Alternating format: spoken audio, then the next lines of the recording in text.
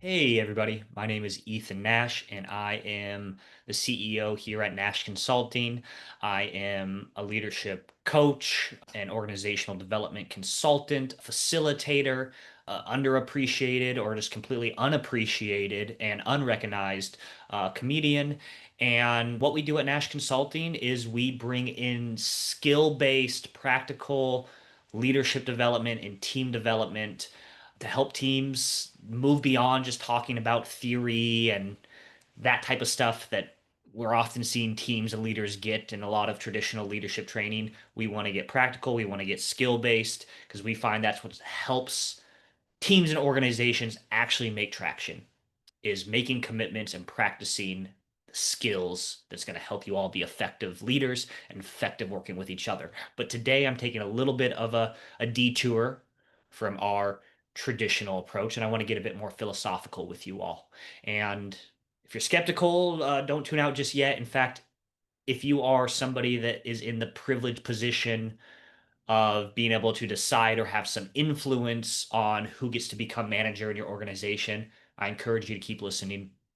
If you are somebody that has considered getting into management, but have been on the fence about it for various reasons, I also encourage you to keep listening. This might resonate with you, it might not, but there's only one way to find out.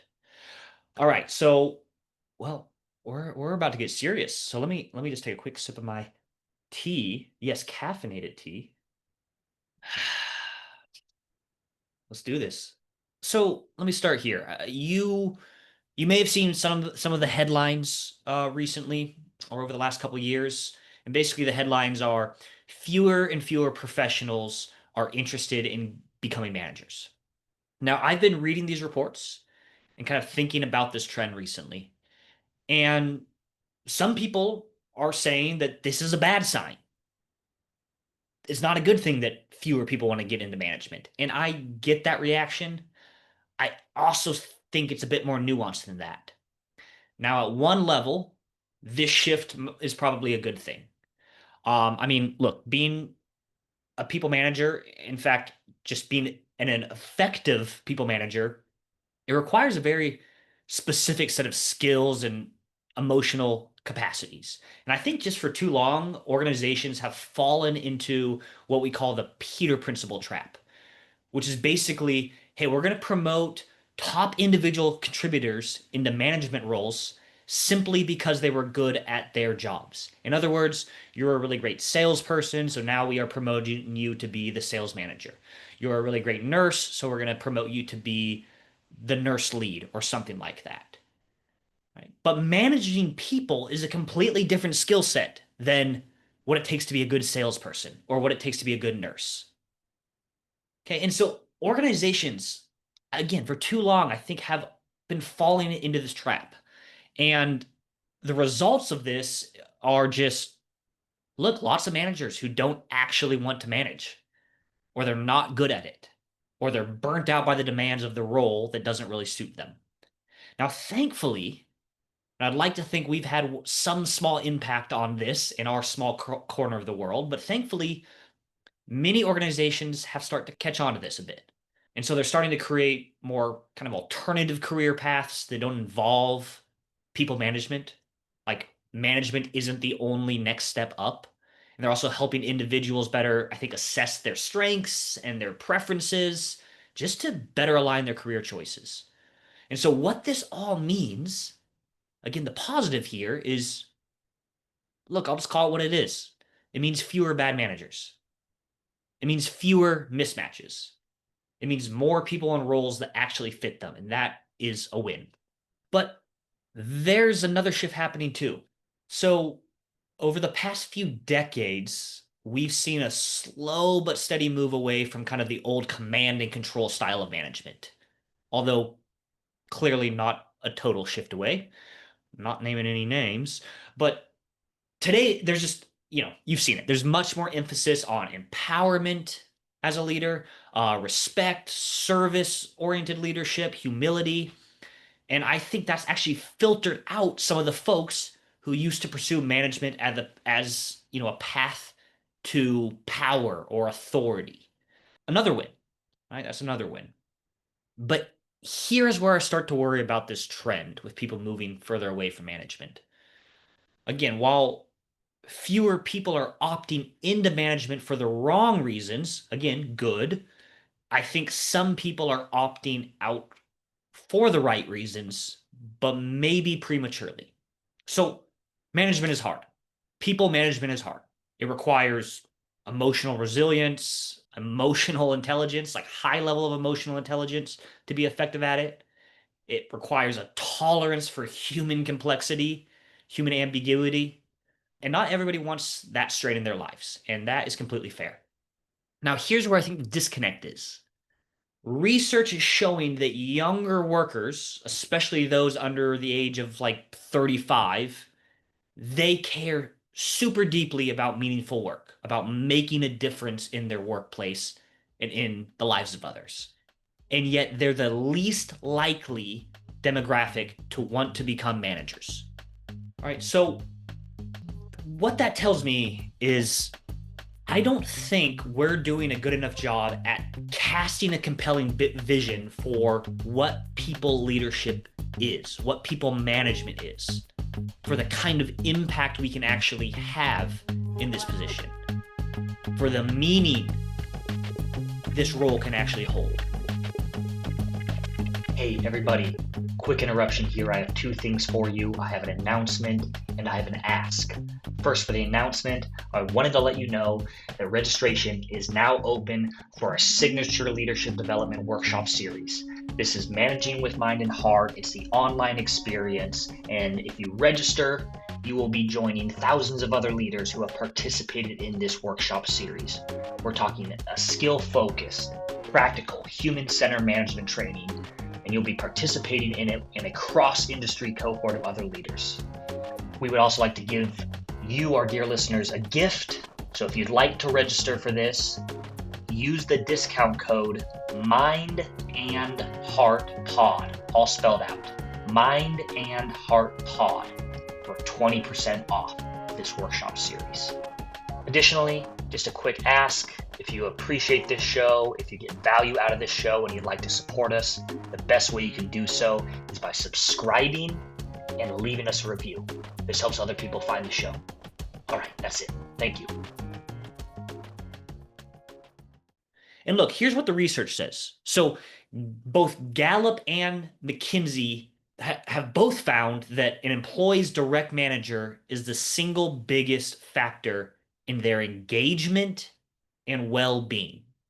And engagement is strongly tied to performance, retention, customer satisfaction.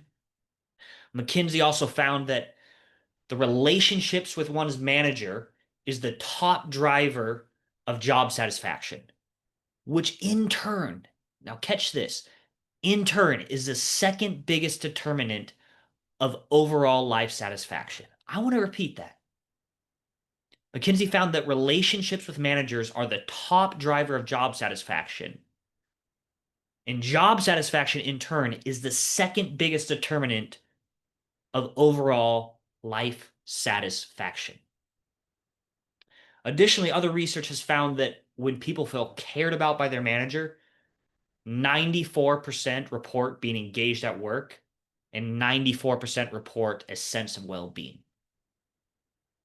I want those numbers to stick with you for a moment here. I want you to process that. Okay, this isn't just about organizational performance as a manager that I'm driving. It's actually about human impact. It is both. And if you want to make a difference in people's lives, I actually fully believe that being a great manager is one of the most direct, most tangible, and highest leverage ways to do it. If you get into management, it will be hard. You will get bruised, hopefully not physically, and you will have to grow. Being in that type of role is going to force you to grow. And guess what? Everyone won't like you. There will be people that definitely don't like you.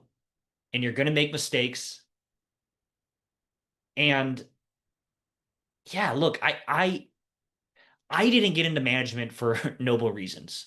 Um, when I was 19, I was in college. I became a manager at the dining hall that I was working at because it paid an extra dollar an hour.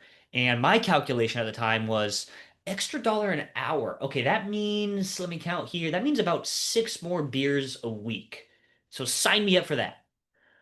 Actually, did I say I was 19? I meant I was 21. Um, anyways, look, but it wasn't the beer money that kept me in management for all this time. It was the relational moments that did. It was the very human, very real, very meaningful moments that I wouldn't trade away for anything. All right. These are moments like sitting with an employee while they process some really difficult behavioral feedback I was giving them and watching them kind of go down the shame spiral with that and then sitting with them for hours and seeing them move from shame to just acceptance and then eventually to a growth mindset and confidence. It was the moments of like having to let someone go because it ultimately was what I decided was best for the team and what I thought was best for them, but still being able to look them directly in the eye and be clear about why this was happening, speak to it with honesty, speak to them with respect, and then also letting them know they still matter to me, and then spending time outside of work helping them find a role that's going to better fit their strengths. It was seeing someone I mentored get promoted and then them reaching out several months later just to thank me for that. Right? It was receiving hard feedback myself, like being told that I can come across as condescending when I mean to just be direct, and then fighting the urge to defend myself and instead choosing to just listen to that person and grow. And then watching that person who gave me that feedback gain more confidence and trust in the process. It was a moment of um, crying with an employee whose father had just passed away, sitting there with them in that emotionality and that vulnerability, being there for them in that moment, and then rearranging my job and my life a bit to make sure they had the time and space to grieve. It was the moments of celebrating, team successes and then feeling that kind of rare but powerful sense of, hey, folks, we did this together. Okay, so it's these hard moments, it's these meaningful moments that has kept me in management for the last decade and a half. So if you are someone who genuinely cares about people, who wants to do meaningful work, who wants to make a difference in people's life, who's up for the challenge, who wants to grow, I would just say don't count yourself out too quickly from management. You might be just the right person that should get into management. And if you're in a position of senior leadership, here's my ask for you. Cast a better vision for what it means to lead people. Help your team see that management isn't just this rung on the ladder. It's actually a role with some real human impact. Look, people don't quit jobs. They quit managers. You've heard that time and time again. But here's the flip side of that. Often people don't stay for the job. They stay for their manager. So, all to say, folks, thanks for letting me rant on this. But let's make sure the right people are stepping into this role. And let's make sure they know why this role really matters. All right. Thanks for tuning in.